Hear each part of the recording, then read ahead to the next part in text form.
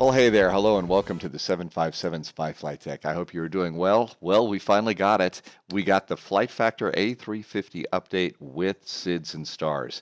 If you've been to the YouTube channel before, you know that I did a cold and dark demo without the SIDS and stars, and those didn't work. Well, now we've got SIDS and stars. Now they're working. So it's time for me to update that video, and that's what this is right now. You're looking at Denver International Airport. Hey, we just got a weather update. A couple of things that we're flying with. We are flying with Active Sky for XP. This is the Payware Denver Airport, the big one that everybody has. I'm trying to remember who did it. Can't seem to remember that at the moment. I'll remember it soon. We're also using SimTookkitPro in conjunction with SimBrief for our flight planning. So all of this is set up over here on SimTookkitPro. Couple of things to look at here. First of all, hitting the weather page once you hit the fly now gives you the latest METAR. Also, runway slope information is available right here as well too. Those are just a couple of numbers that we're going to have a look at here at SimTookkitPro. Okay, a couple of other things. Let me slide this out of the way. One of the things that I do is I have what's called the flight strip. This is something that I put over on the Discord channel before every live stream over on Twitch. You can get a copy of this little format and then change it. I've already done the flight planning, and all of this is set up ready to go. We're going to fly at flight level 370. Denver departing runway 8, coming into DFW after the Victory 2 arrival on runway 17 center. Weather information, Denver's not so bad. Dallas is looking even better. It does look like it's going to be a hot day in the DFW, but that's kind of what we have there. Ew, the colors on that camera look really crappy. Got to fix that someday. United Flight 441 is what we always fly. This is going to be an hour and 26-minute flight, 587 miles in the fabulous Airbus A350. Weather, well, there's a little area of thunderstorms to the east of Denver, but that's about it. Departing, didn't update my runways. Runways for departure are going to be 8 and 17 center out there. So we're going to do 3 phases of all of this. First of all, we do the stuff in the pilot's lounge. And by the way, I'm using version 1.68 of the Flight Factor A350. So this is a really brand new update. So the flight plan we do with SimTookkitPro and SimBrief. The route's in there. We've saved the flight plan in xPlane 11 format to output and FMS plans. I'm also going to be using SimTookkitPro in conjunction with Navigraph for my charts. When we get to the airplane for the first time, we're going to talk about a couple of options for general volume and also the joystick. I need to show you something with the throttles on all that, and I'm going to show you those things. And then we're going to do the initial power up and fly the airplane. We'll use the onboard system to make all that work as well. So let's see here. A couple of things. First of all, this is not the right way versus the wrong way.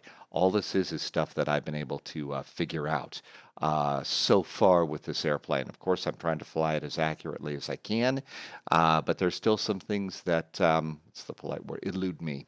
There's still a few unsolved mysteries here. Gross weight, center of gravity versus zero fuel weight, center of gravity, and also my payload weights. All of that is going to be stuff that I'll talk about as I'm flight planning and setting up the FMC, the McDo, excuse me. And so those are some numbers that I don't think that I have completely right. As always, leave your questions and your suggestions in the comments. I look for all of them and try and answer you. And also, this YouTube channel is not monetized in any way. If you'd like to support it, head on over to Twitch and do the support over there. So now let's go over here and get into a demo view. And welcome to Denver International Airport. Let's zoom on in. There's the nice little Whale Tail Hotel. Ooh, we got a couple of cars going by. And we are over at gate number Bravo 32. So B32, this at DIA, this is where they'll start to park a lot of the wide bodies. Interesting thing, I believe that both of these gates work. I'm not 100% sure, but as you can see, it's got a slightly off to the side there and hooked to a second jetway. So I'm not 100% sure that all the jetways are set up and working quite the way that they want all these things to do. Let's climb aboard the cockpit and zoom around. They have updated the textures just a little bit. They even have the correct seat covers on here. They do have some updated pilot cockpit textures and nice. I would like to suggest that Flight Factor take a couple of spy stories that I happen to know about and put those in there just so that the pilots on the long haul have something to read. inside joke, and I'll stop doing inside jokes. How do we power this thing up? Okay, we are on POSCON. Our flight plans are filed. We have hit the engage mode for SimTookkitPro. So we're ready to start the flight. And the things that I will do to start this up first is we go to the upper panel, and you look over here, and it's battery 1 and battery 2. Look on down here, and I'm going to turn on my nav lights. I'm going to turn the logo lights on to auto. And now we're going to go to the OIS. And remember how I was telling you about a couple of things you're going to do the first time?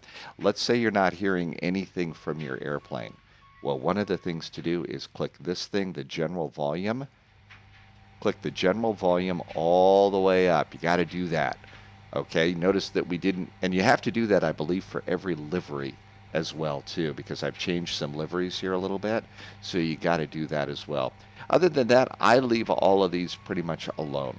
Now, if you've been playing with the airplane, you probably noticed that your throttles are not behaving the way you think that the throttles should. Okay, there is a new option here under Options. You go down to Joystick Actions, and there is going to be something here that says Reverser on Same Axis, and this is going to be checked. Unless you've got the thing that's set up to make all that work, I've unchecked mine. Okay, so once you uncheck this, then you go back over here, look down, hit your reverser button, make sure that your reversers are set, and there you go. The bell you're hearing right now is I hit the wrong button. I hit my brakes, so my jetway is going away right now. Oops. So there you go. Those are things that you got to do first time out. After you've done those things, I think you're going to be just fine. Now let's go over here and do just like we did before. Ground services. I'm going to go to ground equipment, and we are at the gate, so I'm going to pull out chocks. I need a fuel truck. I need a luggage loader. I need a ULD train. Those are the little baggage carts. And because of the big virus, we need the cleaning truck, and we need the plane at the gate. I'm also going to go here and do ground power units, right and left side. 2 GPUs on this. Doors and hatches, we're going to open up 1 left and 2 left. Forward, aft, and bulk cargo is we're going to open those guys up as well too. And then the last thing we're going to do is, well, we're going to go to the airplane. I'm going to go to the cabin, and I'm going to turn the cabin lights all the way up. Somewhere around there. The flight attendant will annoy the socks off of you if you don't. Console light. This is something that I also like to turn up. This backlights basically all of the indicators on the console, and I find that really, really helpful. Okay, so now we've got some action here in the cockpit, but notice that this big center display is not going yet. So we need to turn on a few more things up here. Now we're going to go down here and notice how external power is available. So I'm going to get my emergency batteries going. I'm going to turn on the galley so we can have coffee. And I'm going to turn on external power 1 and external power 2. And we're going to get those going. So all of that is now set up. And now if you look down here, you can see that our big checklists at the McDo is ready to go. I really suggest you use the checklists on this airplane. I know there's some people that say that we don't do checklists, but this is a complex airplane. I just think you ought to use it. We are on battery power, and if you click that, you see everything else has been turned on, and we can confirm that our electrical power up has been started. Next page. The Ecam, is it in auto mode? Yes, the Ecam is in auto mode. You can tell by noticing that all the Ecam buttons are off. The lights are off there. So yes, the Ecam is in auto mode. And now we're going to go up here and turn on what's called the NSS, Data to Avionics, and Cabin. We're also going to turn on the gate link system. I'm going to turn on the vent cooling and cabin fans. I'm going to go down here and turn on the isolation valves for the cargo. I'm going to hit the master heater over here and turn the temperature regulator in the forward and bulk cargo all the way up to 15 in case somebody puts a dog back there or something. And that takes care of all of these things. We don't want frozen dogs or anything. Okay, Apu Master Switch is on. Just like most Airbuses, your Apu Master Switch is right up here. Click on the master. Is the APU page on the SD? Yes, it is. There's the APU page. So we'll go and click that. And now we can go back up here and turn on the APU. Start. And the starter's there. And you can go here. The flap's open. So we're going to watch as the APU starts. There goes the N1.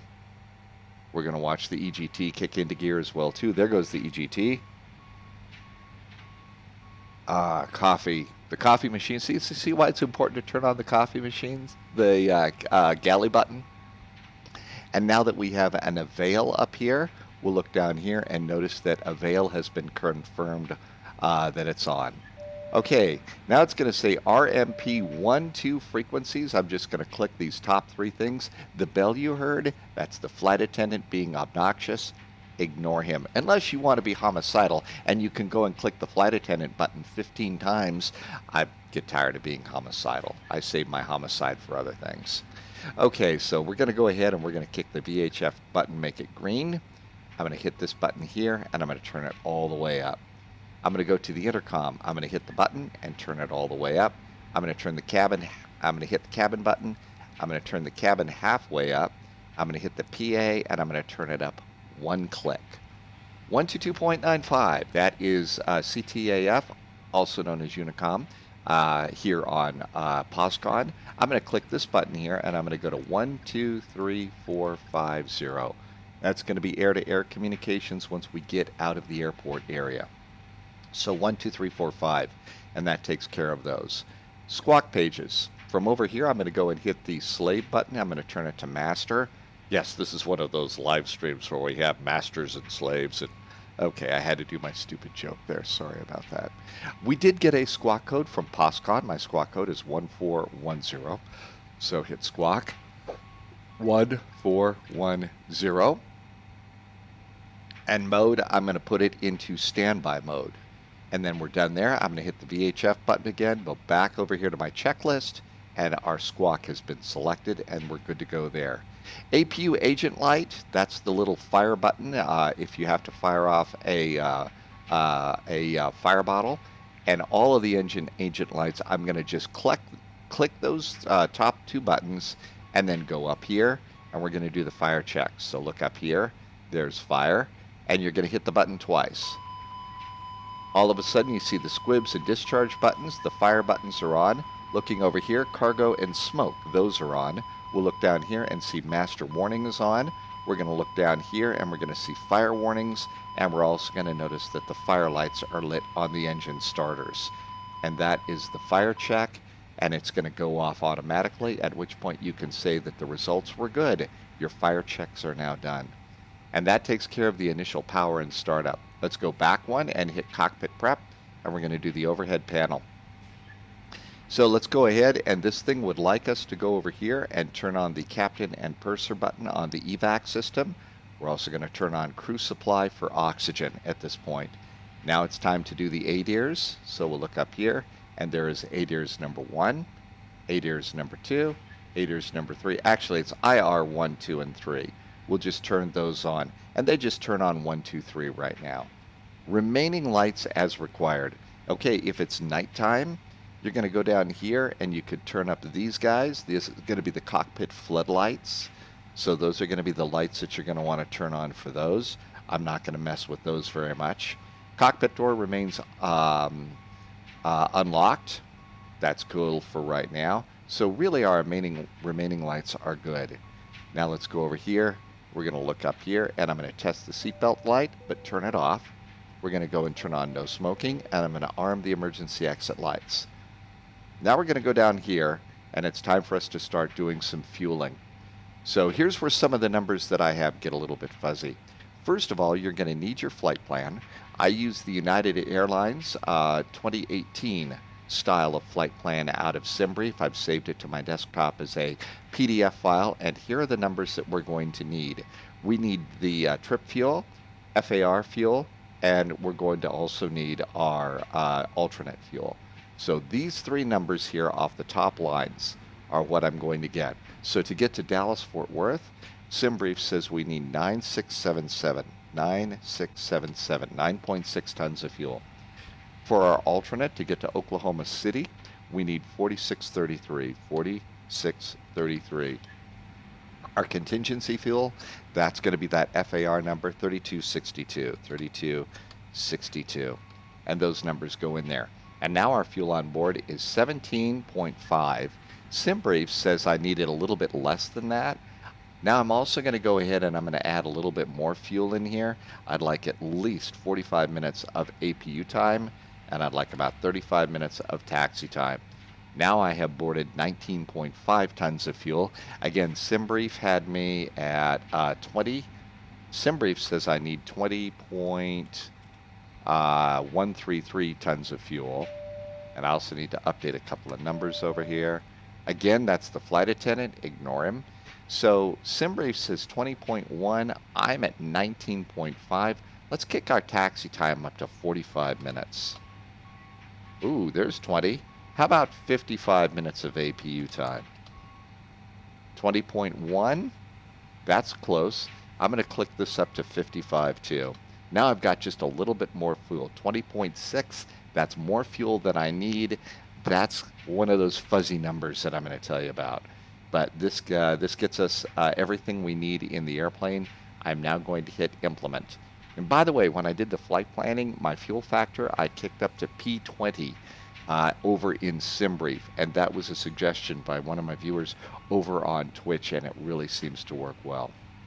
Okay, so we're now adding the fuel. Let's go ahead and do our passengers. We have got 8 total crew members. That's pilots and flight attendants. My typical load on this airplane is 20 first class passengers. I also like to put in 36 business class and 186 people in steerage. And it's not quite socially distanced yet, but that's just what I've been putting in as far as my fuel numbers for a total of 250 passengers. Baggage and cargo, I'm going to put in 7 LD3s. In front of the wing. I like to put in 6 LD3s behind the wing, and I will put in 45 cubic feet of bulk cargo. This is going to kick me all the way up to a zero fuel weight of 188.7. 188.7 is my zero fuel weight. SimBrief gave me a zero fuel weight of 187.5. So we're ballpark, we're kind of close there. We're not exact, but we're kind of close. So 7, 6, 45. This looks pretty close to what I usually fly with. And now I'm going to go ahead and implement that, and that basically means that we're going to be welcoming our passengers on board. Let's go back now to the checklist. So let's go over here and let's start turning some things up here in the pneumatics to make the cabin comfy. We're going to turn on the APU bleed. We're going to turn on the cross bleeds. I'm going to turn on packs 1, 2, hot air, and hot air. Let's turn the temperature up 3 notches. 1, 2, 3 in the cockpit. 1, 2, 3 in the cabin. And that's going to take care of temperatures. So temperature selectors are good. Look down here at the Ecam, hit the DC page. Look back up at the Ecam, you're looking at amperages. These are those rechargeable batteries, so you don't want to overcharge your batteries. They need to be below 60 amps or else, well, they do that blowing up thing, I'm told.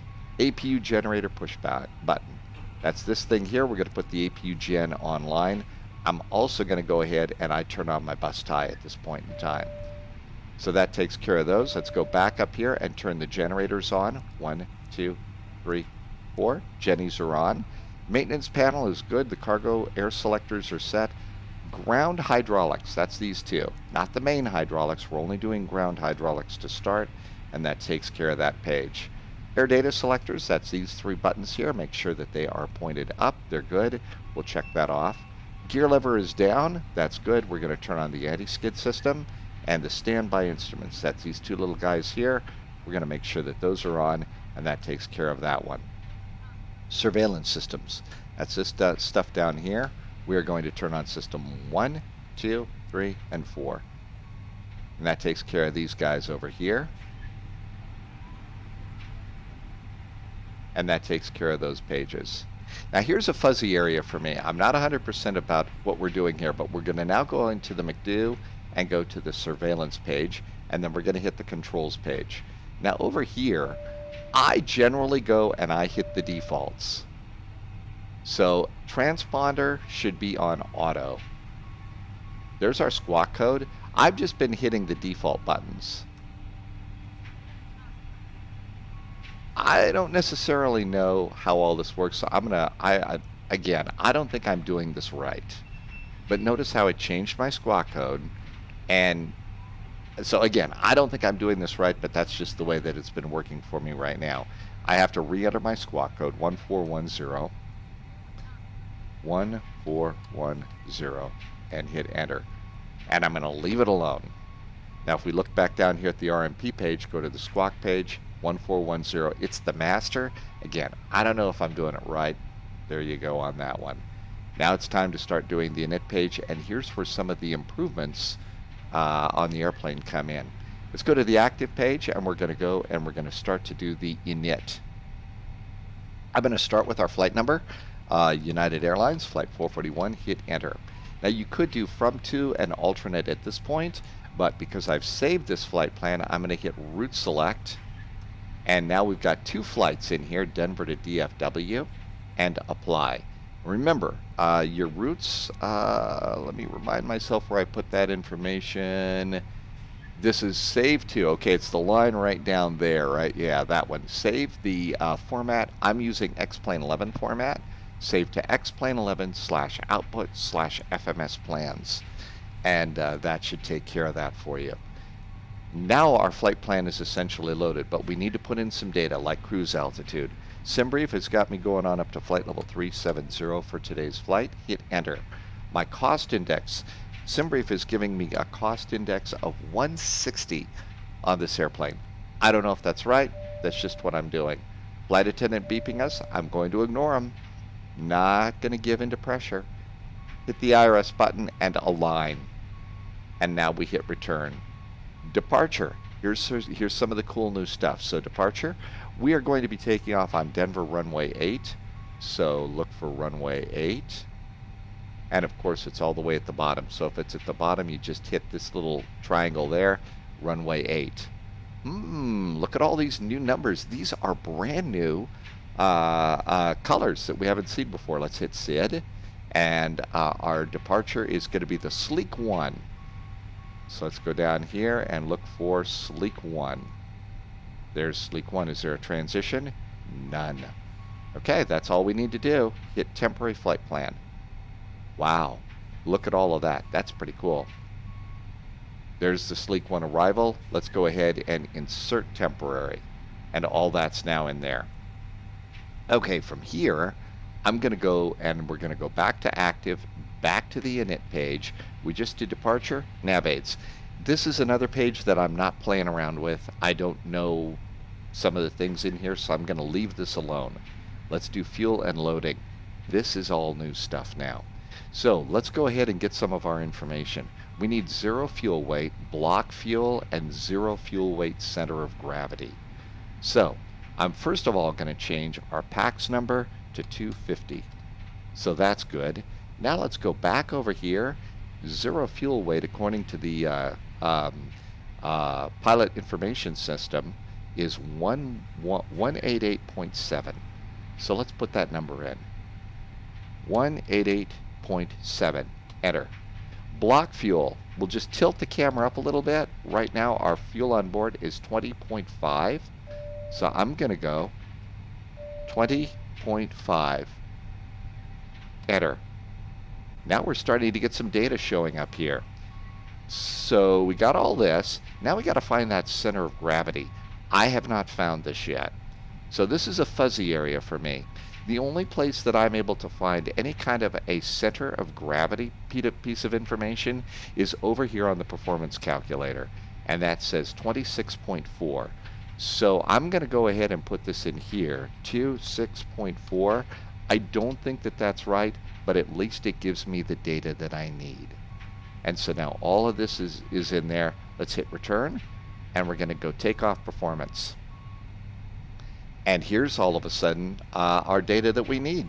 I'm going to take off with flaps 2 for our departure. So let's go and do runway slope. Remember I was telling you over here, runway slope? Runway slope for our runway. This says runway 7. Oops, that's wrong. Yeah, I changed runways to runway 8. So I don't know what the runway slope is, and I'm not going to do the math on that right now. So we're going to cheat, and I'm going to go 0.0. But if you've done all of your flight planning like I should have over on SimTookkitPro, you could actually put runway slope information there. Flap setting is going to be 2. And there we have our V1, VR, V2, and flex temperature. So 152, 159, and 161. 152, 159, and 161. And enter. All of those numbers are now good. Let's go over here. Our flex temperature is going to be 32 degrees. Click flex, and 32. Okay, if we were at like Chicago or one of the airports where they will change they will shift your altitude, make you take off from a midfield or something like that. This is where you would do your takeoff shift data. Thrust reduction, acceleration, and engine out acceleration. I was able to get this information off of Black Box. Black Box said 6440 for our thrust reduction and acceleration, and 7,000 feet for engine out. So let's go and see what happens. This is the first time I put these numbers in. So 6440 and 6440. Now this is data that I'm getting off of Black Box. I don't know. This is for the A320. It could be that I'm wrong to do this, but this way you can put in thrust reduction numbers, and all of that is good. Transition altitude, we'll make sure it automatically figured out we're in Denver at the US, so transition's 18,000. Look over at the approach. Transition into Dallas is going to be 18123, and that goes in there. Back to takeoff performance, return, and all of that is done.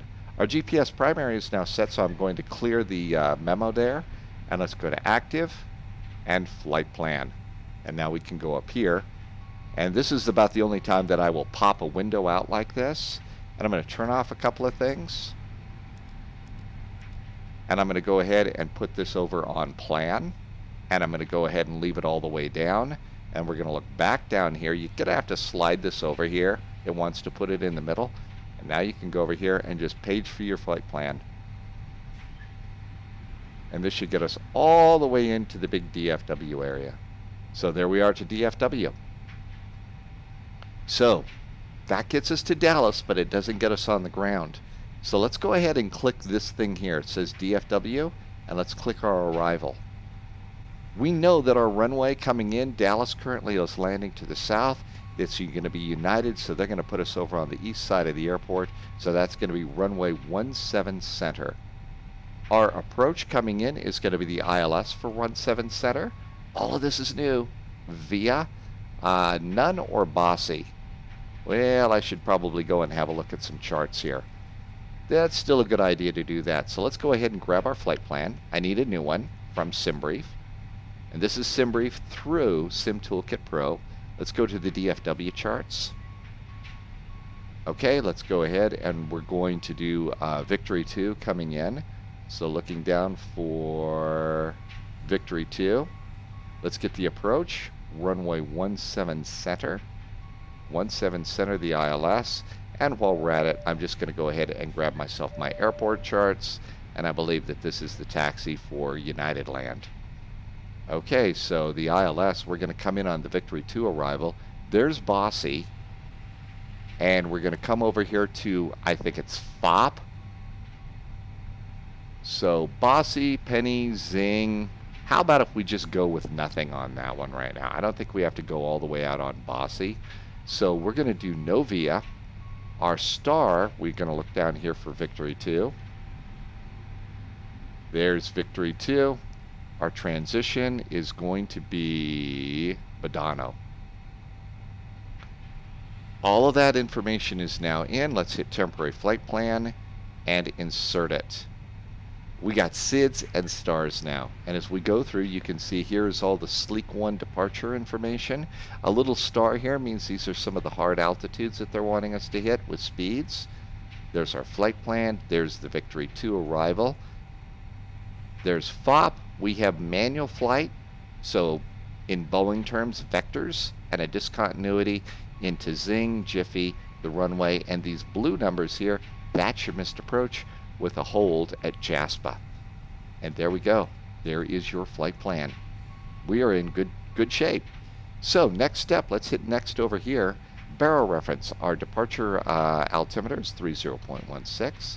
So let's go over here and put it over on inches of mercury and go 30.16. 2, 3, 4, 5, 6. Now I got to slide over here and do it for the co-pilot. 30.16. 3016. I'm also going to go ahead and set my altitude, and I click the little thing so it'll go up faster, and we're going to flight level 370. There's 370, and all that's good. If we were under ATC control right now, the number that we would pop in there would end up being the number that we pop in there would be the altitude that we are cleared to on the departure. Okay, that's good. Let's go and put this back in arc mode. That looks good. And our barrel reference is set. We're getting ready to fly here. So we've set the ND range. The PFD is set. North reference, speed, altitude, all of that is done too. And we're done there. It's time to do the pushback. So before pushback clearance, fuel quantity, I'm going to look up here. I've got 20.5 tons of fuel. SimBrief says 20.1. We've got enough fuel to get there. The load sheet has been pretty much done. Zero fuel weight and center of gravity is pretty much set up, but I don't think I have those right numbers exactly yet. We will learn. The Ecam, that's set up too. Seat belts. Okay, let's make sure seats are in the right position. That looks good. And guess what? We get to go ahead and start disconnecting from external power. Let's see. This is also the point in time where I'm going to go ahead and get ourselves a pushback truck. This is better pushback. Hey, Captain, let me know where you want this thing. All right. Cat Strader is doing our push for us. This is Denver International Airport, DIA. Basically does a straight pushback. So let's go like that. Notice how it is that it's not centered up on the airplane. I don't particularly understand that right now. Great news, Captain. They may need to center up a couple of things. I'm not 100% sure. Or maybe they've changed the way they do that. I don't know. I also use this new little application from Flight Factor. This is their new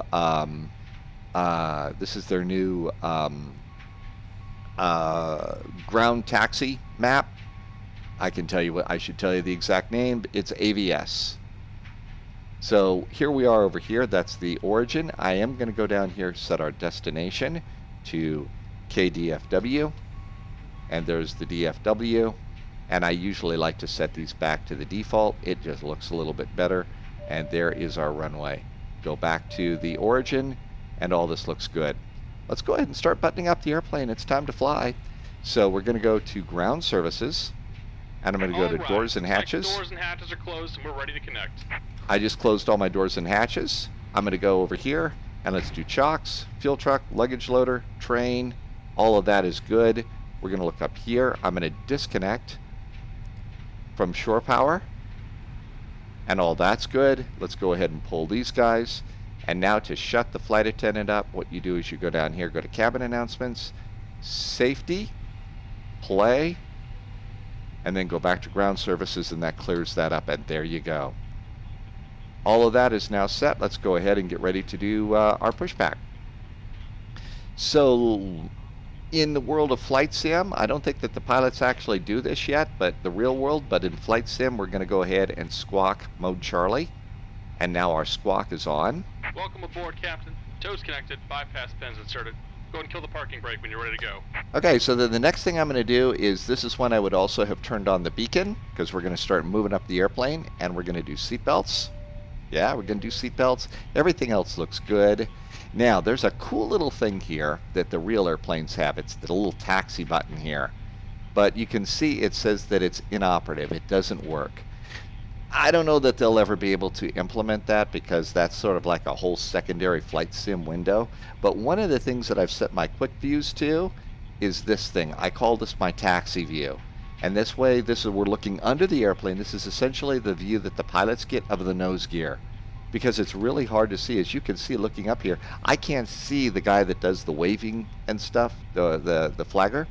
So I like to suggest that you set up a nose wheel view in quick views. That way you can see that on your taxi in. And we're ready to taxi. So let's say something cute on, we're going to say something on the radio. Denver traffic on POSCON. United 441's the A350. We are at gate Bravo 23, and we're going to push straight back, Denver. Let's go. So look down here, and parking brake off. Here comes the pushback. Light them up. And there is our nice United jet looking nice and shiny, and we are pushing back. Welcome to Denver. While we're pushing back, let's go out and see. You know, the model matching is really pretty amazing in POSCON. I don't think that we're going to see anybody. They're still welcoming people aboard into the world of POSCON, but I got to tell you, it really is pretty amazing.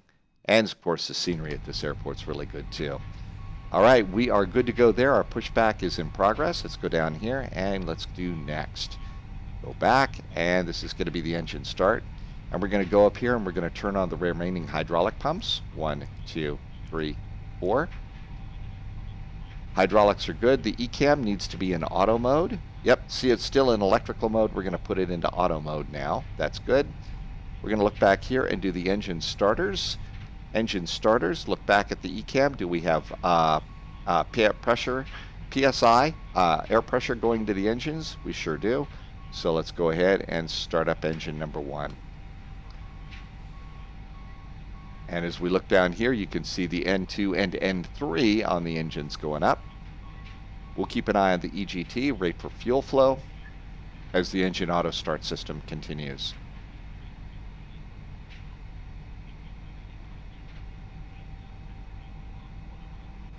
And okay, the N1 is starting to go up. There goes the EGT going up. You know, I don't think I remember doing all the fuel. I don't remember turning those on. I think I may have forgotten that. Maybe it remembered for me. I don't think I remember turning that on this video. Maybe the airplane remembered for me. Okay, looks like we got a good start, and you can tell on this airplane because this area turns gray here.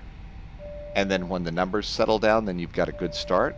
So let's go down here and start engine number 2. We're still on our pushback. We're still ignoring the flight attendant. As soon as we start our taxi after doing that little announcement, the flight attendant leaves you alone. So he's going to ring the bell at you maybe 5 or 10 times. Just about done here. Go ahead and set your parking brake. Or if, like I said, you really want to go into homicidal mode, you can push the flight attendant button And 15 to 16 times. Give me just a moment. And Dr. McCoy says he's dead, Jim. Okay, the N2, the N3, they're going up here on the second engine. We have got the N1 going up. Fuel flow has started. EGT is going up. And it looks like we're going to get a good start on this one. And again, I totally forgot I did not turn on my fuel tanks here. So all of that is good. And our engine is going to be confirmed as available. Look at that. It looks good. And engine 2 is available. Next, after start checklist. We're almost ready to fly. Engine start selectors go back to normal. Engine start selector is normal. Engine bleeds, that's these guys up here.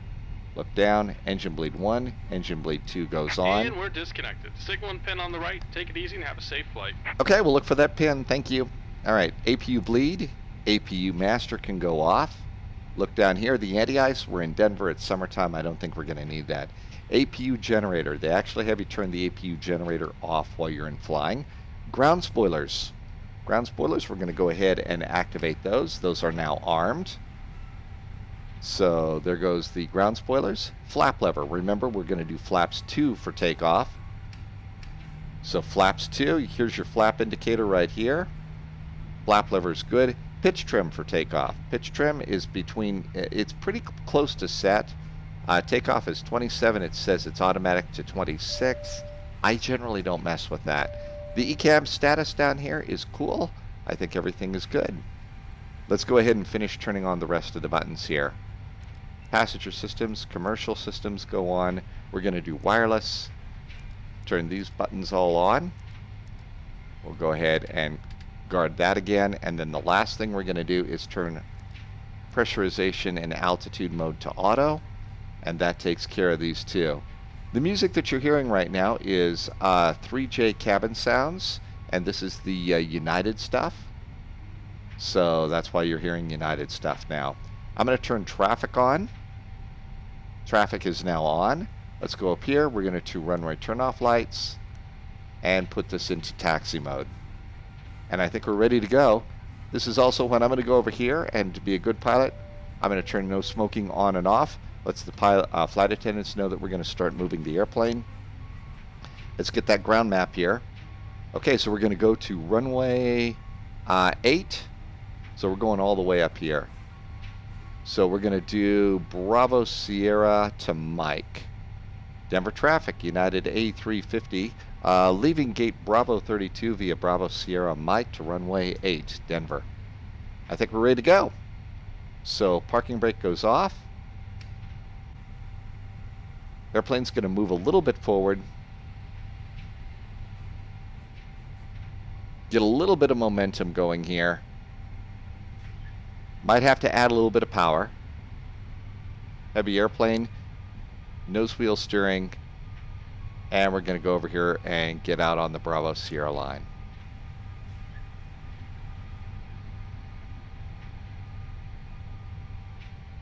This is, of course, a heavy jet, so you don't want to taxi too fast.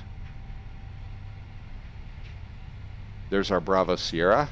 So Bravo Sierra out to taxiway Mike. Pretty simple taxi. And that's what we have for the startup of this airplane. Our SIDS and stars are going to work really well. Everything else is looking good. Looking down here, thrust reversers. Ooh, auto brakes. There's the RTO button right there. It says RTO arm. That takes care of that. Before takeoff. Up. The ND range is good. The EFIS options are the way I like it. Now all we do is taxi. Nose wheel steering works a little bit, not much. So you do with the rudder pedals, so you have to use the nose wheel tiller. If you look, you can see down here, it's automatically switched over here, so we can go ahead and do ailerons.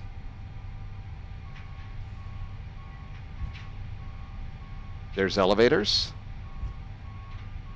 I think we look over here.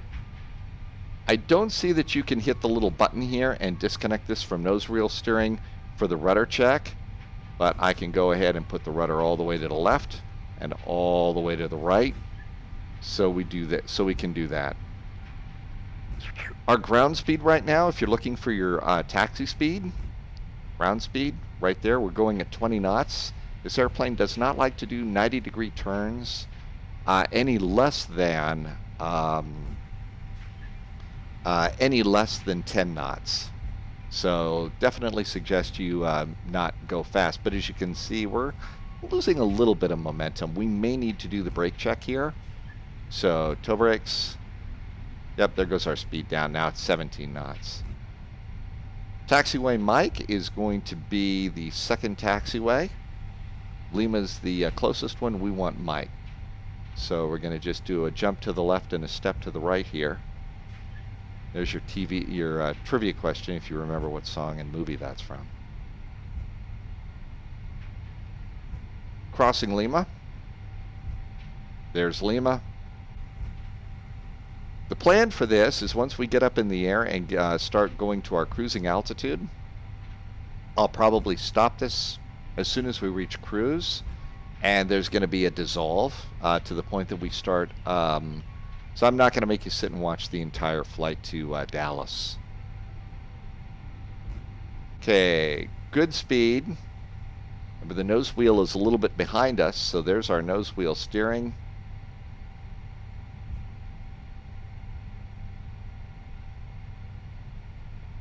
And we got to do a fairly tight turn. Add a little bit of power because we're starting to slow down. One of the other things about Denver International Airport is, like most airports, it's level but not 100% level. So you might have to go up a hill a little bit here and there. And here we go, on our way out. Now a taxi like this one all the way down to Mike, I'm going to do what I call a V1 taxi. That's just a high speed. And if old Sheriff Buford T. Justice were out there, you know, running a speed trap, we'd get a speeding ticket for sure, because you can see our ground speed is now 22 knots. We're going to keep going with all of this and get our ground speed up even more. The music that I was saying, this is something, the 3J cabin sounds, and this is the ambient taxi music. So if you're wondering why you're hearing Rhapsody in Blue, that's why. Okay, our ground speed is now 35 knots, and we're registering a true airspeed of 40 knots. We're also about halfway there, so I'm going to go ahead and take my throttles down. And we'll keep an eye on that and make sure we don't wheel off the taxiway into the runway. Everything else is set. All we're going to do is get to the runway and take off here. There's the big United maintenance facility. One of the reasons I've been excited about learning this airplane is eventually, after we're done with COVID and all that other garbage, and the world gets back to normal, United has ordered the A350 900s as a replacement for the 777-200s. So that's why I've been interested in this airplane. United has also ordered the A321 XLRs. Those are going to be replacements for the 757s. And as you know from the name of this live stream and YouTube channel, 75 remains one of my favorite airplanes. It's a great airplane, but it's getting a little long in the tooth. And here we are coming up to our hold short. And this is where we would switch over to tower, but we're just announce our intentions. Denver traffic, United A350, taking off runway 8, Denver. Okay, so we're going on to an active runway. This is when I'm going to go. I'm just going to turn my strobes all the way on. Ring the bell again, let the flight attendants know that we're going to actually do some flying and stuff like that. Speed down to about 5 to 10 knots. And we're going to do our turn. This is where they do one of those tight 90-degree turns. While we're doing the turn, next checklist. Take off. Chrono. Going on. Thrust levers, we're going to go to flex. So this is when I'm going to go and do the thrust all the way up about halfway. As it stabilizes, landing lights going on. And add just a little bit of power. Center us up. And what we have got is stabilized thrust. Okay, flex. And all you can do is move your throttles forward until you see it change to manual flex. You will also do SRS and runway check. Auto thrust is green. It does not click at you like the A320 and 321 though. Okay, steering with the rudder. 100 knots. You will get a V1 call out on this airplane right now. Remember, it's a flex takeoff, so we're going to use up most of the runway. V1. There's V1. And rotate. Pull back on the stick. And up and away time.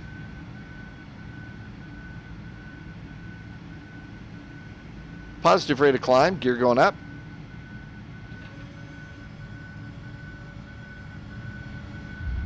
This is where I'm going to go ahead and so we can look outside the airplane and enjoy the view. I've just hit my autopilot button because we're on a SID that usually gets you out without any trouble. It's also going to regulate our pitch. Again, this is one of those times when you want to look out the window. Hats off to our friends at Flight Factor for including the blue tulip livery. Sorry, United, this was your best look. The globe is continental. Okay, back in the cockpit, back to work. You notice here it says lever climb. Again, it doesn't click at you. All you can do is just slowly move your throttles back until it says thrust climb. Hopefully they fix that so it clicks at us eventually. Okay, we're pretty good here. We've passed the F button, so we're at flaps 2, so I'm going to go flaps 1. There's flaps 1. I'm also going to disarm my speed brakes. The S will be slats. You can see the leading edge slats are still out. And once we hit the S button, we get to the S speed. And there's S. Here go the leading edge slats out. And the remaining flap behind us.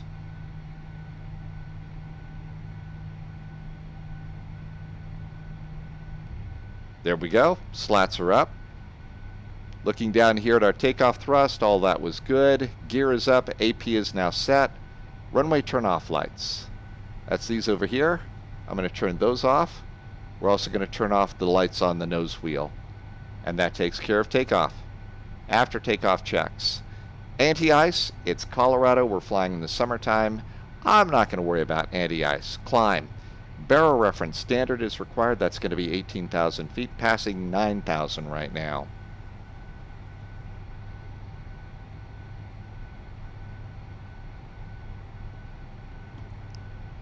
Nice departure. Everything's looking good. Heading on up to flight level 370. Didn't even spill my coffee on that departure.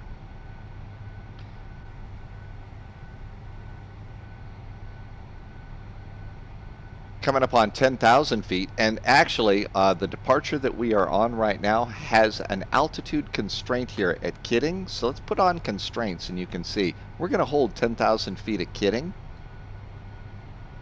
But as we hit 10,000 feet, this is when I'm going to go ring the bell again.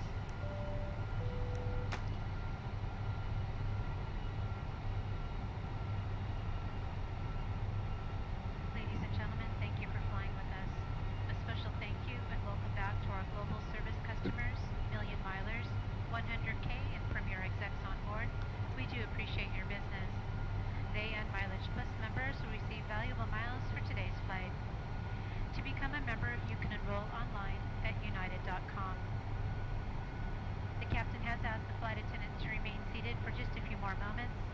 Even though you see us getting up to do our duties, we ask that you remain seated with your seatbelt fastened. When Captain Karski turns off the sign, that will be indication it is safe to move about the cabin. If you're traveling with a small child or infant and the seatbelt sign goes on, they either have to be in their own seat with their seatbelt fastened or held securely on your lap. Please take care when opening overhead compartments, as contents may have shifted during. There we're starting our climb up to above 14,000 feet at Pfister. Speed is going up. You may now use all approved personal electronic devices. As soon as it is safe for the flight attendants to be up, in all cabins we'll be offering you a beverage service followed by a hot lunch. Our Lunch. selection is listed in the Hemispheres magazine. In United Economy cabin, beer and wine are complimentary, but there is a charge for other types of alcohol. The only accepted form of payment is a credit card. We accept most major debit and credit cards, as well as the Mileage Plus Explorer Visa card. Midway through our flight, we'll be offering you a light snack, and approximately 1.5 hours before landing in Tokyo, we'll be offering you another hot meal service. On this flight, we have an exciting offer to apply for our Mileage Plus Explorer Visa card. Please ask a flight attendant for an application. We ask that you use the lavatories located in your ticketing cabin, and flight attendants are available should you need direction or assistance. Passing 13,000. We thank you in advance for your cooperation. Today's entertainment programming is on demand. Dropping our speed just a little bit so that we can just do pretty much an open climb now. To learn more about this service, look at the card in your seat back pocket, the Hemispheres magazine, or turn on your Wi-Fi enabled device. In addition to the installed entertainment system, we have a streaming video service where you can access a Cockpit selection door of unlocked. TV shows, Oh, the security people are going to get upset. complimentary, or using your Okay. Wi-Fi-enabled Cockpit cell door phone or personal locked. device. Phew. Just go to www.unitedwifi.com. We'll try now to keep our announcements to a minimum. Go ahead, sit back, relax, enjoy the service that we have planned for you. We do request that you keep your seatbelt fastened around your outermost covering or over your blanket. That way it is visible and we do not have to disturb you when the seatbelt sign is switched on. Ladies and gentlemen, thank you for your attention. On behalf of all of us at United and the Star Alliance Network, We wish you a pleasant flight. Okay, now that we got the credit card announcement out of the way, passing 16,000 feet. And like I said, that announcement service is part of something called 3J Cabin Sounds. It's free for xPlane users at xPlane.org. And as you can see from all of those announcements, this is a special set of announcements for United. There's a lot of different airlines out there. And we're coming up on 17,000 feet. You might have noticed that I've left my landing lights on. I was told by somebody who does some flying for United that they now keep landing lights on, especially at high altitude airports like Denver, up until around 18,000 feet. So as we approach 18,000 feet, we're going to go ahead and reset the altimeters. And this is when I'm going to go ahead and do the landing lights. Passing 18,000 feet, we're going to continue our climb on up.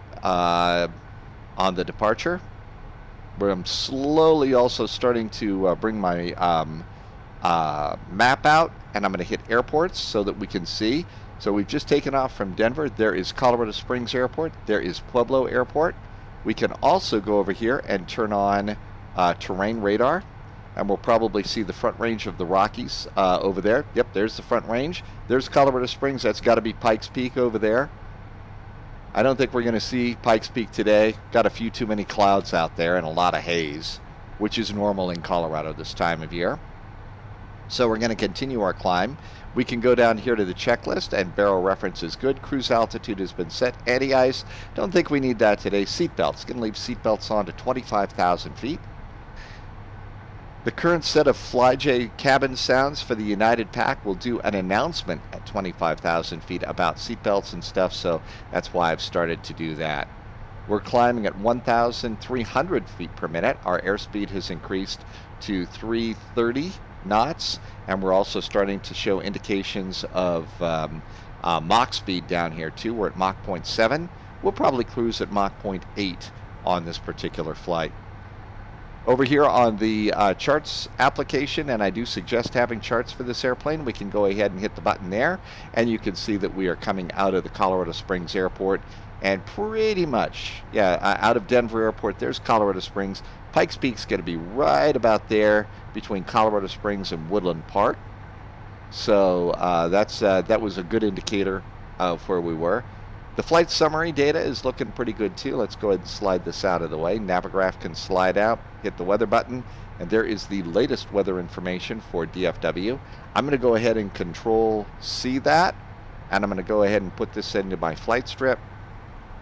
That is the latest weather information. Dallas winds are 170 at 9, so our current plan for landing on the 17s is just is good.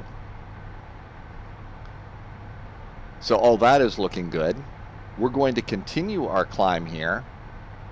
There's 21,000 feet. So the plan, like I said, once we get seatbelts off, we'll run through the rest of the checklists, and then we'll do a little bit of a time cut there because this video is already gone for an hour. So what we'll do is we'll chop it off, and I will restart the movie as we start our preparations for landing into Dallas-Fort Worth. So I get to go and get a second cup of coffee and something else, and I will probably see you about 100 miles or so, 50 to 100 miles before we start our descent into Dallas. I hope this has helped you in terms of setting this up. The flight, the McDo is really changed. There are a bunch of other things obviously in here that work. You can go over here from active. Let's see, position. I don't know how much of this this is new. Position reporting. There's position data. You can report. Send a report to the company. That's pretty impressive. I didn't know we could do that. We can look at the nav aids page again from position. Let's go to the secondary index. Secondary 1. I believe this is going to be secondary flight plans. Here's our data. The data page is inoperative. So all of this is really pretty good. Let's go over here to perf page, and eventually as we get in, This is the approach page in here. This is where we're going to put in winds, outside air temperature, QNH, and minimums for our arrival. Right now, our landing speed is going to be 139 based on what the computer thinks our weights are going to be, but we're in climb mode right now. So back to the flight plan, and we passed 25,000 feet. So this is when I'm going to go ahead and do seatbelts. It's pretty calm out there. So seatbelts, Ecam memo, all of that is good. Nav maximum altitude is set. And so our next step in the process is going to be cruise. Altitude cruise, we're going to wait for that to show up here in the McDo. So there we go. I think now's a perfectly good time for us to go ahead and hit that little button, and I will see you on the descent into Dallas-Fort Worth.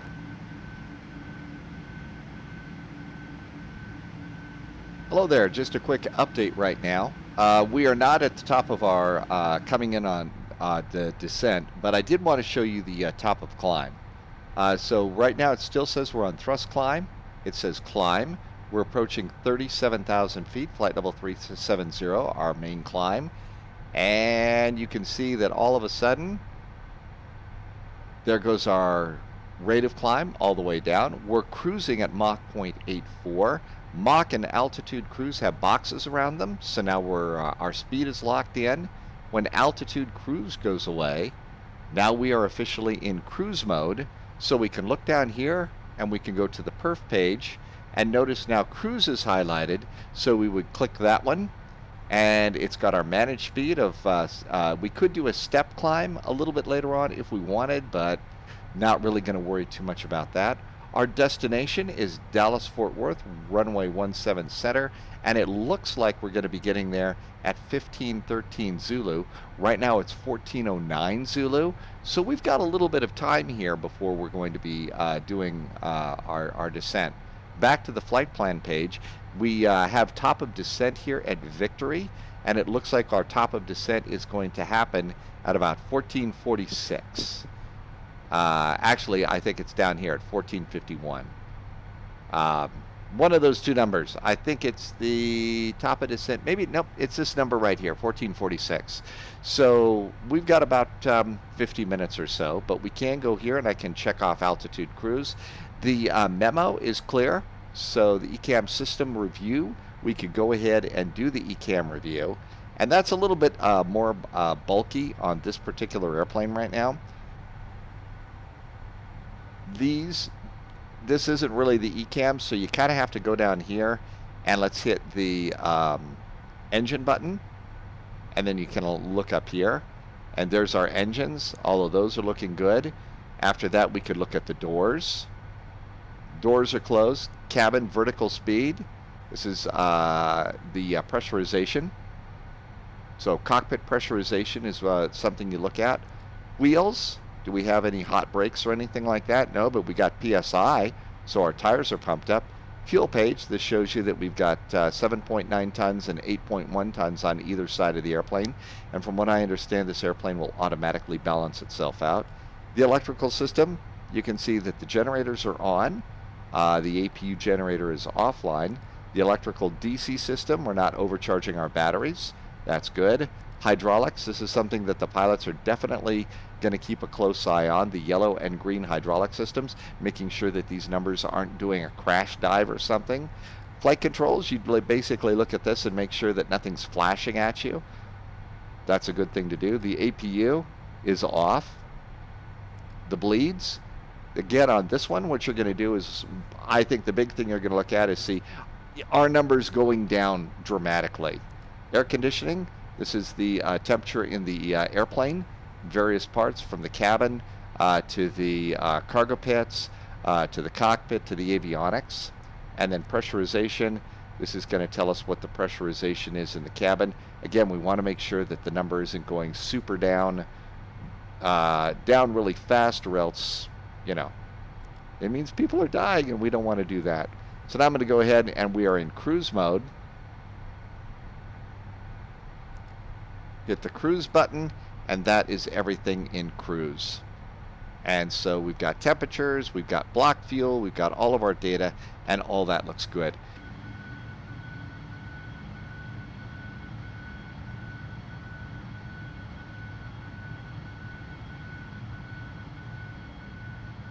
Hello and welcome back. We are getting kind of close to our top of descent now, so as promised, we've got the video stopped and started, and it just looks like a pretty good airplane, doesn't it? I really do like this one. A lot of people do. You know, this is a very popular airplane, both in the sim world and also in the real world. So let's go ahead and start our procedures for descent and landing in Dallas-Fort Worth. We're coming up on Madonna. There's the little hockey stick. Captain Mike Ray calls these the hockey sticks in his flight simulator training manuals. They're fabulous books that you can get online. I know that when I started learning the 757 and the A320, I picked up those. I don't know if he's got one for the A350 yet or not.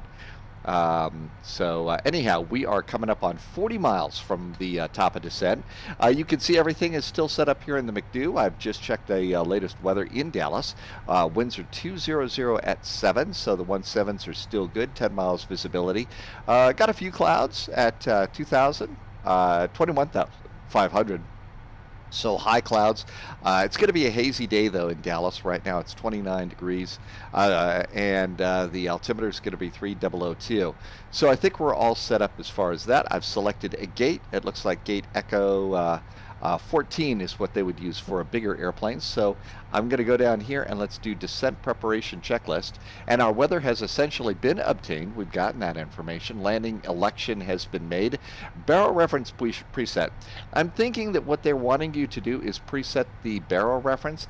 I'm not going to do that right now, just simply because I'll wait till we're on our descent, because that might mess with our current altitude hold. So I don't do that until it's time for our descent.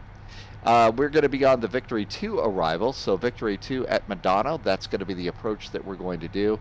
And we're going to want to end up at the end of the Victory 2 arrival at FOP, and that's going to be at 5,000 feet. That's this little point in the sky right here. For those of you that are interested, that's just around Denton, Texas. So the Dallas area is down here. Here's our arrival runway. So after FOP, we'll continue on course, and then we'll intercept the ILS here for runway 17 center. We'll plug in minimums in just a little bit, but after FOP, we'll probably continue our descent to around 3,000 or so, intercepting the glide slope and doing our landing. And then when we do land on 17 center, that we're going to probably try and catch the Mike 4 or the Mike 6. So we'll do auto brakes 2 for landing. United is here in the Echo concourse, and if you take a look at all the gates around here, the widely spaced out gates here are the ones for the wide bodies. So we're going to go ahead and try and catch Echo 14 for our arrival gate. Right now we're coming up on an area known as Wichita Falls. Wichita Falls area. This is near where there is a very famous bicycle race in the state of Texas, and that bicycle race is known as the Hotter Than Hell 100, which I've ridden in. If I ever make it back to Texas, I hope to be able to do that. Burke Burnett, if I remember correctly, that's what they call Hell's Gate. And if you haven't made it on the 100-mile bicycle race to this area, they make you go south and you don't get to do the full 100 miles on that particular bicycle race. Let's go ahead and center this again. And we're getting ready to do our descent, so let's go ahead and start plugging in a few numbers. At this point in time, air traffic control would probably tell us to go ahead and descend at our discretion on the Victory 2 arrival. So that means we're cleared down to 5,000 feet. So I'm going to go ahead and put 5,000 feet up here in the autopilot. We are currently, looks like about 20 to 19 miles from the top of our descent. I usually like to do that around 10 miles out, so I'm going to dial my map in a little more. And so 10 miles or so out is when we're going to start our descent. Weather information.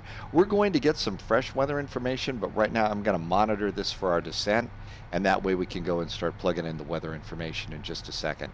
So just a few minutes here, and we're ready to go with that. Let's see.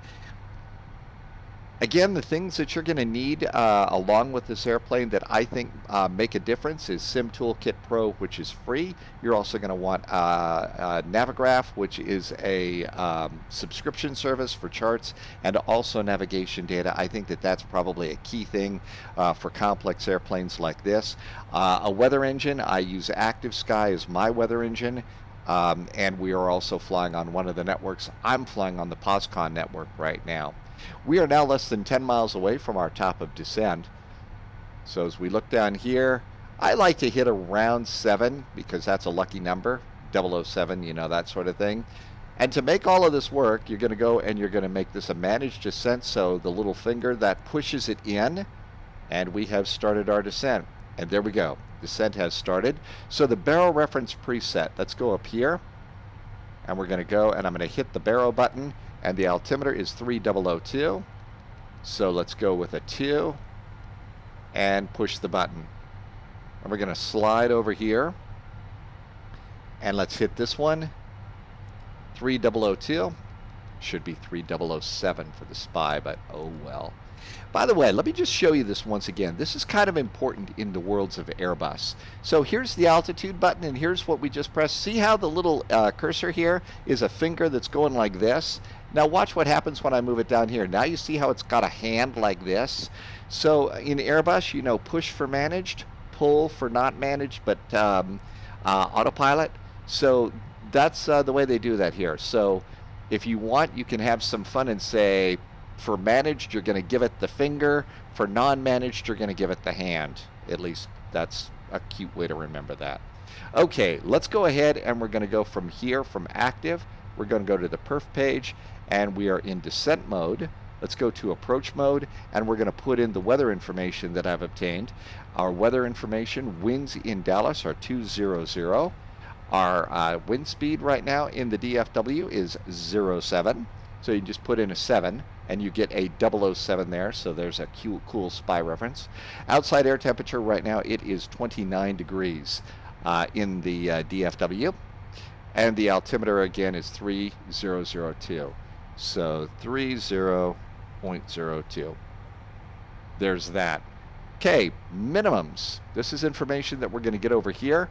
I'm going to go over here. Let's get our ILS chart. And it's not up here, so we need to look down here. We're doing a basic ILS. It's a Category 1 ILS, so that means our minimums are going to be 762.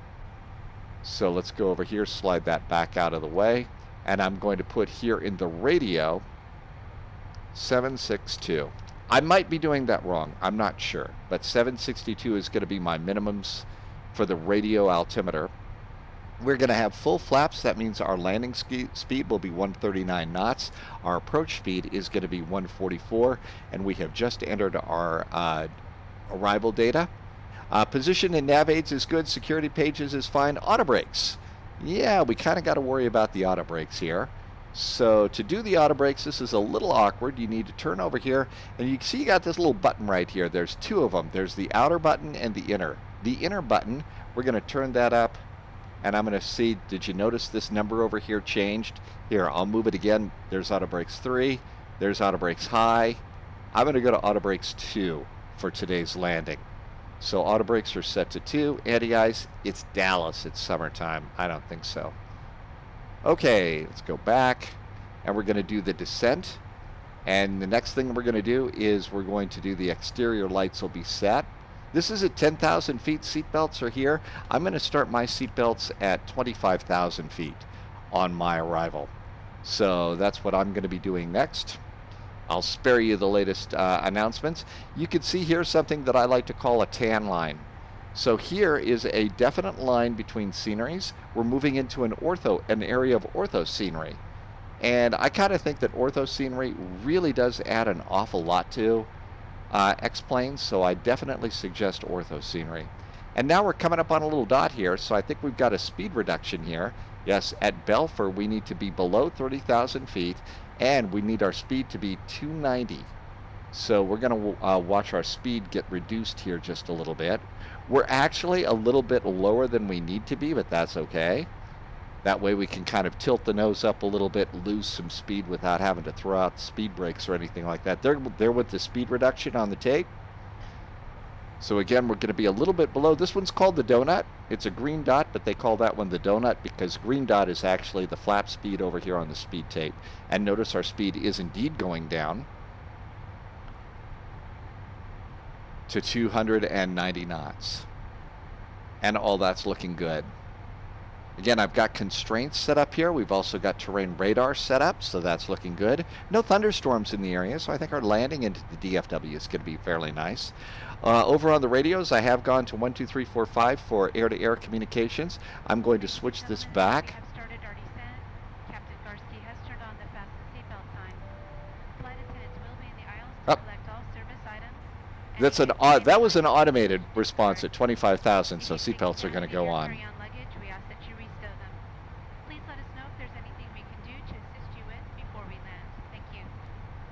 Okay, so we had that little announcement in there. That was nice.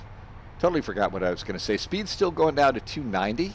We have to be below, above flight level 230 at Hull. So we're right on our descent profile. That's looking good. Speed's still slowly making its way down to where we're supposed to be. This is looking good. Again, we set up the McDo here with our flight plan and our arrival. So this is going to be all of our steps all the way down. At FOP, we do want to be at 5,000 feet. That's the end of the descent. So all of these numbers really are doing pretty good as far as where we're supposed to be and when. So my seatbelts are on. I'll wait till we get to 18,000 feet, and that's when I'm going to go ahead and start lighting up the airplane. And the outside view of Texas is showing pretty good stuff. Again, the difference between default scenery and ortho scenery really is pretty amazing, and I like that. I think that that's one of the things that Laminar is going to probably work on continuing to develop, is making that scenery look a little bit better, and probably getting, I hope, at some point, and I have no inside information, but someday that they start making all of that more of a seamless integration. Passing 23,000 feet, our speed is now down to 290 knots. It's where we're supposed to be. So we're going to go ahead and try and get ourselves all set up here on the donut. Descent is good. Next altitude, we have to be below 19,000 feet at Letton, below 16,000 feet at Zuboff, and at Zuboff you can see there's also another pink dot here. Those pink dots indicating speed reduction zones, so that's when the airplane's going to drop the speed a little more, and we're going to drop from 190 to 270 as far as our speed coming into Dallas-Fort Worth. I did look on the POSCON web app just to see if there's anybody in the area. There is an airplane flying on POSCON right now over in the Houston area. I don't know exactly where it is that they're going, but we may have another airplane out there. Passing 22,000 feet, going down to 5. I've also gone over here to my maps, my ground map application. Again, this is a really nice little app. It's a small payware that you can get at xplane.org, and this is for taxiways with a moving map. I'm kind of hoping as we land on 16 Center that I'm going to be able to catch the M6 high speed. Now on the real airplane, you could actually set that up. You can tell the airplane, I want us to be able to land on 17 Center and we want to exit at Mach 6. And it will brake accordingly for you to be able to do that. I don't know that this airplane does that, but that's one of the things that the real world airplane does, which I think is freaking amazing. So this airplane really is pretty special. Passing 20,500 feet, looking closely here, the little green dot is right there on the altitude tape. So we are right in the middle of the donut where we're supposed to be. Our speed is right where it's supposed to be. We'll maintain 290 knots here to Letton. We've plugged in our data, so I'm just waiting for 18,000 feet when I'm going to go ahead and turn on the lights and flip the altimeters from standard to 3002. In the next 5 to 10 minutes, we will get an updated METAR, updated weather information. There are lots of different ways you could get it. We could listen to, see if we could pick up the ATAs. So the ATIS at DFW, we get that off of the chart. There's the approach chart. D-ATIS is 123.775. Wonder if we could pick up anything. They are making these things work. So let's go down to the radio. 123.775. Let's go over here and see what happens. Fort Worth International Airport arrival information Whiskey 1453 Zulu. Wind 180 at 7. Visibility 10. Clear clouds at 25,000. Temperature 30. 2.22.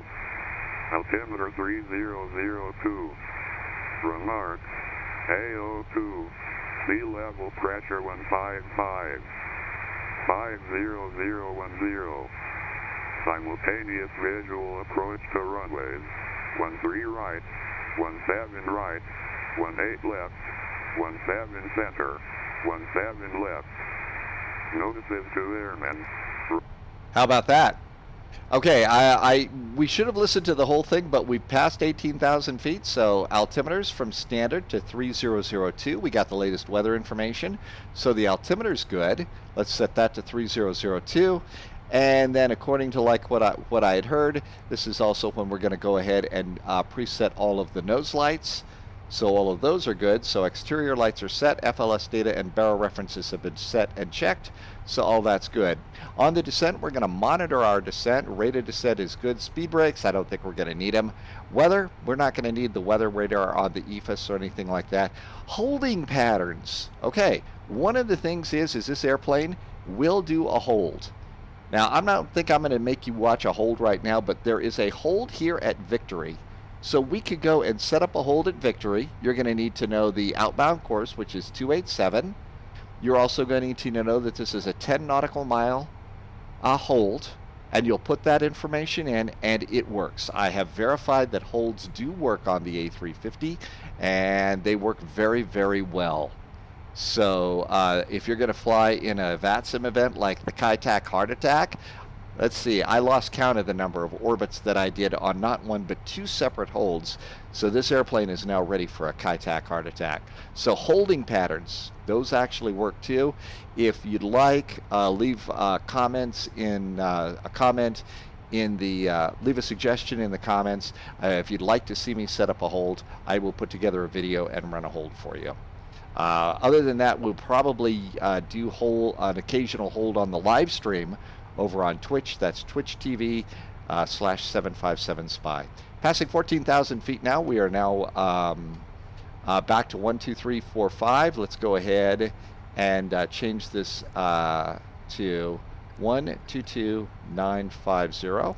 12295. We're going to go and punch that in, and we'll start announcing our intentions. Dallas-Fort Worth traffic, United A350 is currently on the Victory 2 arrival, and we are planning the ILS for runway 17 center, Dallas. Okay, so all that's good. Approach phase. We're getting close to approach phase, but I don't think that we need to do anything else. So we're just going to chill a little bit more here. Here is our approach here. So we are coming up on Victory. After Victory, we're going to be at 250 knots, so we're going to start slowing it down at Victory and Zimmerman. But at FOP, we're going to want to be at 230 knots and 5,000 feet. After FOP, we'll be continuing our course heading 090 until we intercept the ILS, and that's going to be this one here, and I'm going to set us up at Zing. So at Zing, we're going to go down to 3,000 feet after we hit that 5,000 feet. And so that's looking good.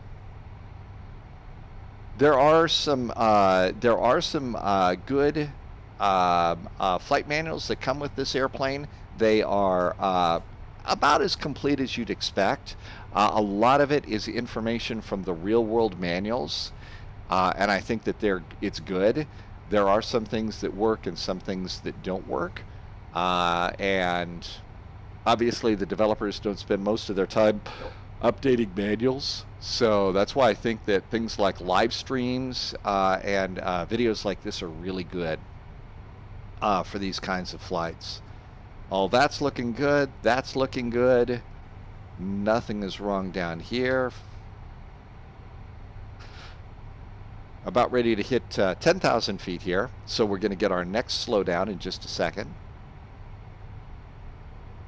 And this is going to slow us. We should be around 270, and we are. We're going to do another slowdown to 250 knots here at Victory. And again, this is a place where we could have set up and executed a very nice hold if we'd wanted to. And I think that, you know, one of the things, especially if you're flying a lot of the FNOs, FNO is a Friday night operation, or big events on VATSIM, knowing how to do a hold with your airplane is important. It was critical on the Kaitak Heart Attack event, and I really had a good time on that, and that one was fun. But I think that that's kind of an important skill to have, is being able to set up and execute a hold.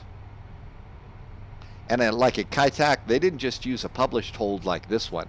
So they didn't just have us holding here at something like Victory. They would give me a hold here at, say, Letton, and give us an inbound, outbound course, an altitude, and a speed, and how much time they wanted us to spend. You know, it's a 10-minute hold, it's a 5-minute hold. So you need to be able to understand those as well, too. Okay, our speed is now dropping down again. We're going to be to 250 knots here at Victory. And we're going to continue that at Zeeman. There is FOP.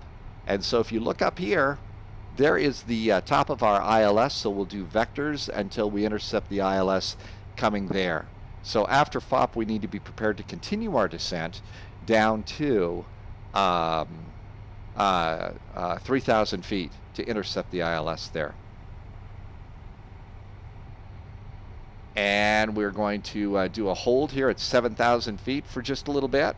That's going to be our next altitude, and that's here at Zimmerman.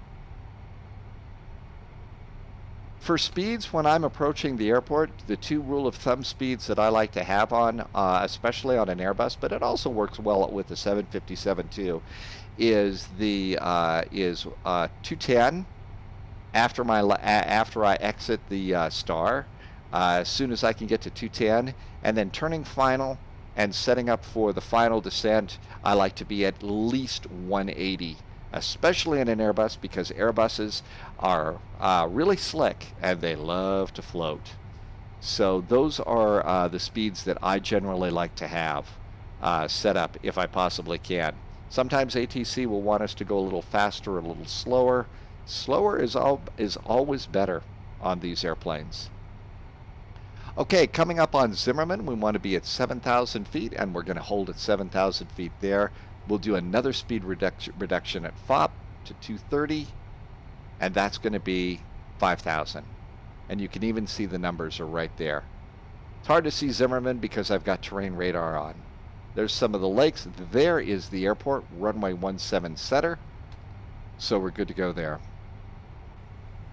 Missed approach is already in. Missed approach on this one, it's always a good idea to know what your missed approach is. If we have a missed approach problem, we will climb on a heading of 176 degrees, and we're going to stay at or below 3,000, and then we're going to go to Jaspa and hold at Jaspa. And that's missed approach. Always good to be able to look at that. I don't do that often on the live stream because we're mostly doing, you know, pizza and beer flights, but the real world pilots are going to do that. They'll go through the missed approach. They'll brief all of that stuff. Okay, there's Zimmerman, and we are at or above 9,000 feet, at or below 9,000 at 7,000. There is our altitude constraint at 7, but as we pass Zimmerman, it's going to go down to 5,000. Yep, there we go. Now it's down to 5,000. We'll continue our descent. Continue losing speed. You can see the flight plan has automatically updated all of this as well too. I'm going to leave the discontinuity in there.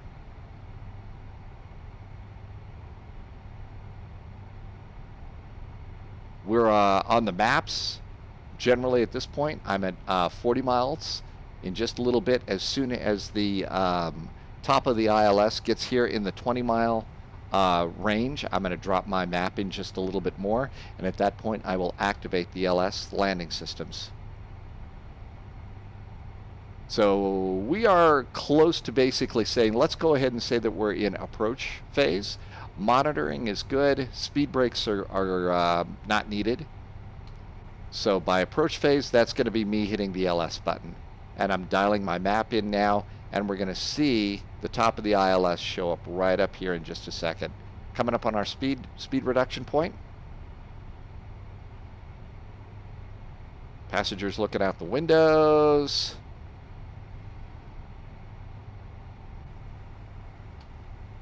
Tumbleweeds, armadillos, and rattlesnakes. Again, since we've got a manual and route discontinuity, it will just fly that heading. There is the top of the ILS right there.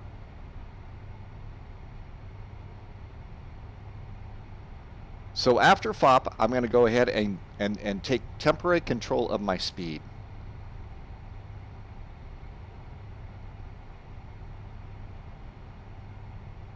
It'll get our speed. In fact, it started our reduction to 230. I'm going to go ahead and let it set itself up on that. Holding our altitude at 5,000 for FOP, our speed's going down to 230. We'll let that stabilize, and then I'm going to go ahead and take control of this.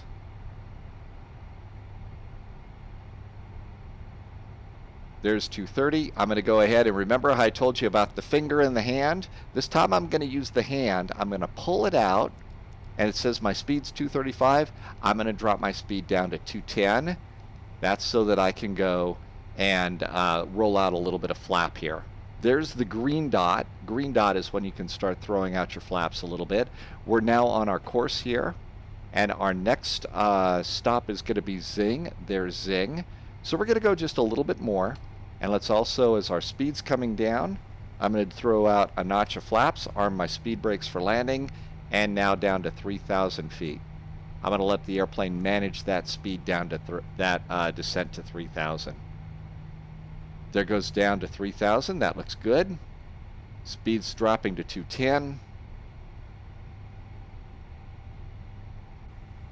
I'm going to go just a little bit more. That's probably good. Now let's go down here, and I'm going to try something called Direct To. Hit Direct To. From here, instead of manual, let's hit Zing. Insert the Direct To, and insert it. Now, all of a sudden, it's going to take, we're instead of the vector course, Alpha FOP, now we're going to turn direct to Zing. And we're going to get our altitude down to intercept the ILS. So here we are. We passed FOP. We're done with that chart. Let's go to the ILS, and we are now direct Zing, and 3,000 feet at Zing. So that's looking good. Now we're direct Zing. Speed's at 210. That looks good. As we get closer to Zing, I'm going to go and drop my speed down once more to 180 knots. The final approach checklist is set up. It's just waiting for us to hit the approach push button. That's the approach push button over there. And we're not going to do that until I start to see the little purple triangles here on the localizer and the glide slope. And so we're not in range for those, so we're not going to see those. But now is probably a good time for me to get back on the radio and say, Dallas-Fort Worth traffic, United A350 is 10 miles from Zing, setting up for the ILS, runway 17 center, Dallas. You may have noticed that I did not use my call sign, United 441. I told them on Unicom or CTAF that I was a United A350. It's a good thing to tell people what you look like as opposed to what your flight number is, because, you know, nobody knows what your flight number is. Okay, we are now approaching 3,000 feet. There is triangle number 1. There's triangle number 2. We are now within range of the ILS. We'll verify that. IFLQ. Look at the chart. The ILS is IFLQ. Our ILS has been verified. So now we're going to go up here, look over here, and hit the approach button. And now it is going to basically fly along until it captures the localizer and glide slope. All this is set. The FMS display is good. And we have flaps 1 actually already out, right? Yes, we do. But we might have to hit that button a second time, and I'll do that when I go and get my speed to 180. We're now in a 15-mile final. I'm about ready to go ahead and do 180. So now we're going to speed to 180. And at that point in time, I think that we'll catch up to our flap speeds. The flaps will catch up there as we get a little bit slower. In fact, let's go ahead and hit the button. And now we're going to go ahead and do flaps 2. Flaps 1, that one didn't work. We are slowly capturing the localizer, it says. I don't think we've captured localizer. And the reason I say that is localizer and glide slope are still blue. So that might not be right. I could have screwed up that localizer capture there. Okay, 180 coming up on Zing. As we come up on Zing, watch the little triangles start to move across. You'll also notice the glide slope starting to drop, and then 2 white boxes appear over Alt and Nav, and that'll be localizer and glide slope capture. We are now on a 10-mile final, so Dallas-Fort Worth traffic, United A350s on a 10-mile final for runway 17 center, Dallas. At a 10-mile final, I'm also going to draw my map in one last time. So now we're on the 10-mile. And this thing should really start moving fast. Here comes glide slope. There's the box around localizer. We're capturing the localizer as we speak. 7-mile final. Glide slope box. We're capturing glide slope and localizer. Airplane's got us good. Okay, so glide slope capture is good. We're at flaps 2. Next step is landing gear. I see the airport. I see the runway. My next stop in the process is I'm going to wait until the end of the runway for 17 center. It gets within 5 miles. I'm going to go ahead and turn off terrain radar. It's a little easier to see this. It's Texas. It's flat, right? So there's that. That looks good. Watching real-world Airbus pilots do live streams. They're starting to do their final descent speed and landing gear at 5 miles. So I'm going to go ahead and now I'm going to give the speed the finger, manage speed, and landing gear. Flaps 3.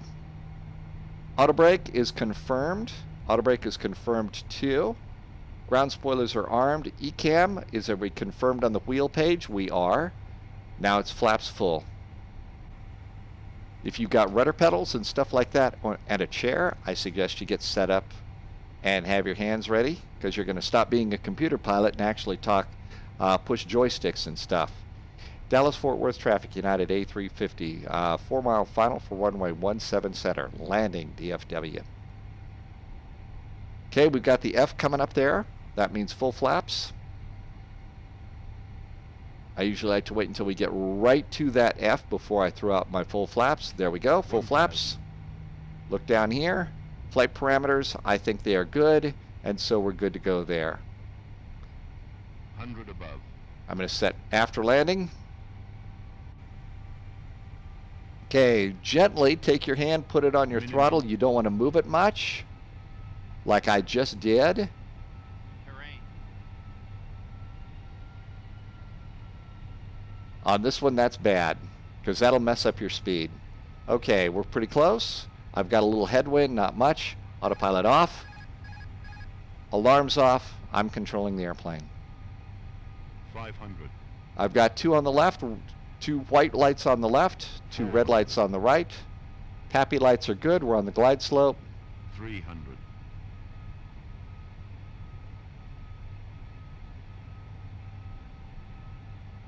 200.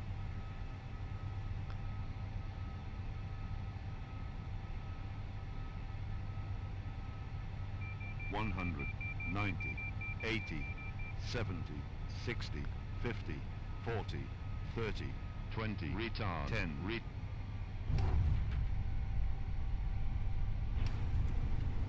Reversers.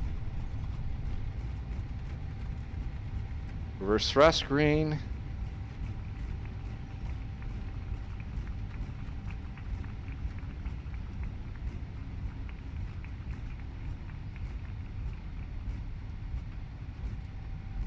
Off on the high speed, reversers down, auto brakes off, speed brakes retract, flaps up.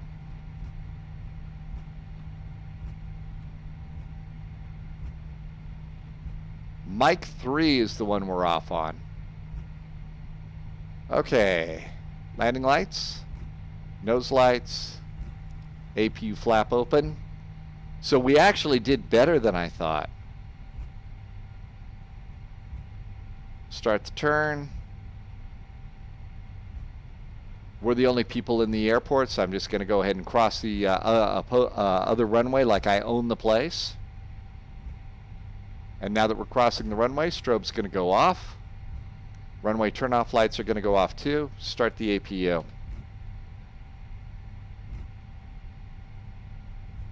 Okay, so we got a little taxiing to do here. Hey, baggage guy, crazy baggage people.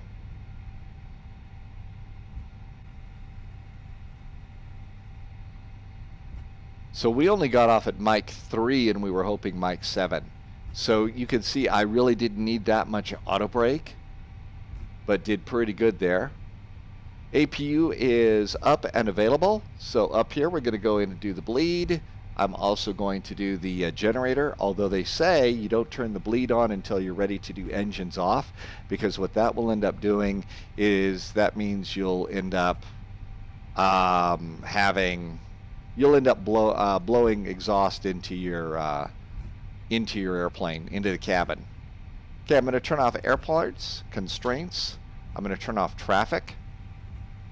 We're done with the landing system. That's good. Add a little bit of power. And we're just coming down on, there we are, on the Lima taxiway.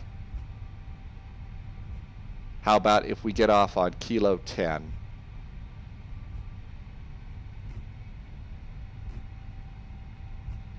EM. There's our gate area.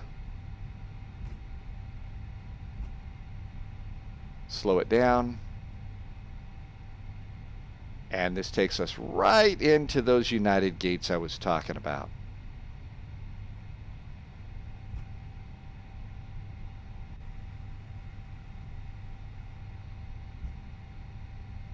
Okay, we're going to go for Echo 14.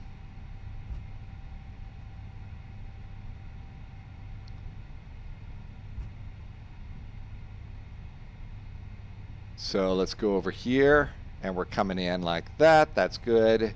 Let's go and get on Kila and go over here and get to our gate area. Again, this is where I think they park the big ones here. So we're going to follow this around here like this.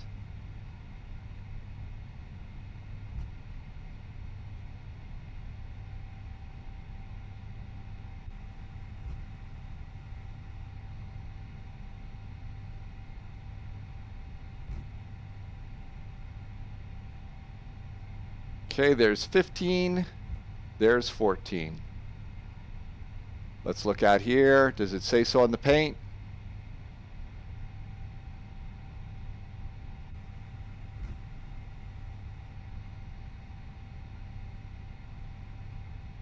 I think that's it right there.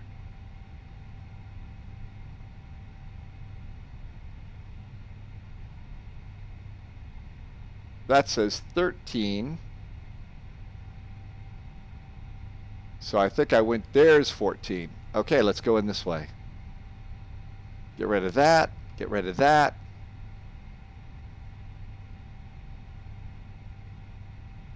Add just a little more power. Not much.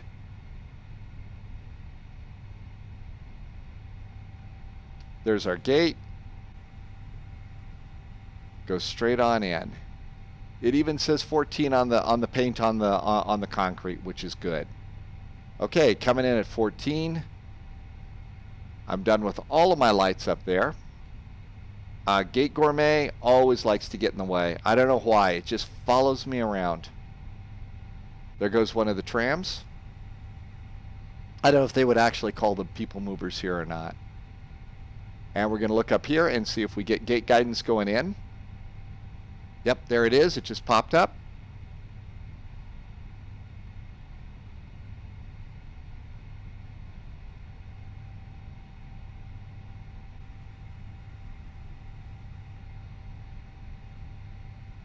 And stop. Parking brakes are on. Yep, parking brakes are on. We've already got the engines set and ready. Engines going off. And let's turn off the seatbelts as all the passengers just start standing up. Seatbelts are off. We're also going to turn off the nose light, and we're going to turn the beacon off too, leaving the nav lights and logo lights on. So that's looking good. Let's go down here. We're going to go to the squawk code, mode, off. We're done with that. And so that looks good. And as we go ahead and look outside over here, we can see that we're all nicely parked up here. The jetway is out, and that looks good too. So a couple of things that we can do. We can go over here to ground equipment, and I'm going to put the chocks in place. We're going to get the luggage loaders, a cleaning truck, and let it know that we're in gate mode. I'm going to go to the ground power unit and turn those on. I'm also going to go here, open one left because I have a jetway there, forward, aft, and bulk cargo. And so all of those are now set too. And at this point we would go to the airplane, go to the passenger button, hit unload the passengers. And then we could also unload fuel, and that way if you're going to do a second flight or something, you're ready to go. Last thing I want to look at, I want to look at my fuel on board. It says my fuel on board is 3999. SimBrief said my fuel on board should have been 9583. I used a lot more fuel than I thought I was. So that is another one of those fuzzy numbers that I've kind of got to figure out as far as making sure that my fuel is hitting what it's supposed to. Let me just go and check that. Maybe I didn't update that number. Did I update? Yep, I updated that number, so I was wrong with that one. We have completed the flight, so let's go over here, and I'm going to go to flights, and we're going to unload all of those charts. My landing rate was -508, so let's go into the logbook here. Oh, you got to get rid of Navigraph. Now we're in the logbook. There's our 508 landing. Let's click on this, and this is going to give us our flight report, my arrival time, my departure time, the aircraft, my landing rate is over there. En route fuel, I used 8.4 tons of fuel, so there is your landing rate all set up there, and you can see your logbook is set up as well too. And that is how you do the A350, the version 2, with all the SIDS and stars working. I think it works great. I've been super happy with this airplane even before the update, but now it's even better. So again, a few reminders. This is not the right way versus the wrong way. These are just the ways that work for me on this particular airplane. There are still, as we've figured out, a couple of unresolved mysteries. Gross weight center of gravity versus zero fuel weight center of gravity. Payload weights, fuel, those numbers are a little bit squirrely at the moment. And as always, like I said, I will look for your questions and suggestions in the comments here on YouTube. Also, I'll encourage you to join us over on Twitch TV. This YouTube channel is not is not monetized. So if you'd like to support me, you can do that over on Twitch TV. And there we go. That was our flight. It was sure a lot of fun. I hope that this helped you out a little bit on this one. The other video that I did was really well received, so I hope that this one helps as well too. Later on today, we're going to be flying the A320, and we're going to be doing Greek island hopping, which is one of my favorite things to do. In the meantime, thanks for watching over on YouTube. I hope you are staying safe in all this crazy stuff that we're living through, but I also hope that you're getting to do some really fun flying. Thank you for flying with me, and see you in the friendly skies.